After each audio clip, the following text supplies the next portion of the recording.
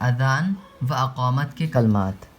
جب اذان دیتے ہیں تو سب سے پہلے پڑھتے ہیں اللہ اکبر اللہ اکبر، پھر تھوڑی دیر رکتے ہیں، پھر کہتے ہیں اللہ اکبر اللہ اکبر. پھر دوسرا کلمہ ہے اشہد ان لا الہ الا اللہ، اشہد ان لا الہ الا اللہ، یہاں پہ سانس توڑیں گے.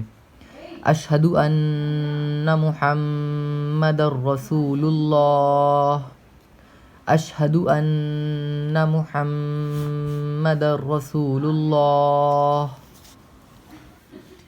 پھر یہاں پہ حی علی الصلاۃ ہے، حی علی الصلاۃ، حی علی الصلاۃ، حی علی الفلاح، حی علی الفلاح. اذان جب دی جاتی ہے ان کے کلموں کو دہرانا بہت ہی زیادہ ثواب ہے، لیکن جب حی علی الصلاۃ پڑھتے ہیں تو یہاں پہ جب اس کلمے کو دہراتے نہیں ہیں، اس کی جگہ پڑھتے ہیں لا حول ولا قوۃ الا باللہ. تو حی علی الفلاح کے بعد ہے اللہ اکبر لا الہ الا اللہ. فجر کی اذان میں حی علی الفلاح کے بعد پڑھا جاتا ہے الصلاۃ خیر من النوم.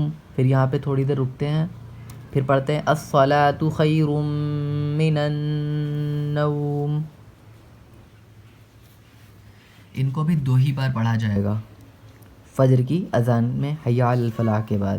اقامت میں حی علی الفلاح کے بعد پڑھا جاتا ہے قد قامت الصلاۃ، قد قامت الصلاۃ. اس کو بھی 2 بار پڑھنا چاہیے. اگر آپ کو سمجھ میں آیا ہو تو کمنٹ کر کے بتائیے تاکہ مجھے پتہ لگے ہاں میں پڑھا رہا ہوں اور آپ لوگوں کو سمجھ میں آ رہا ہے. اور اگر آپ لوگوں کو اردو پڑھنا ہے تو آپ چینل کو سبسکرائب کر سکتے ہیں.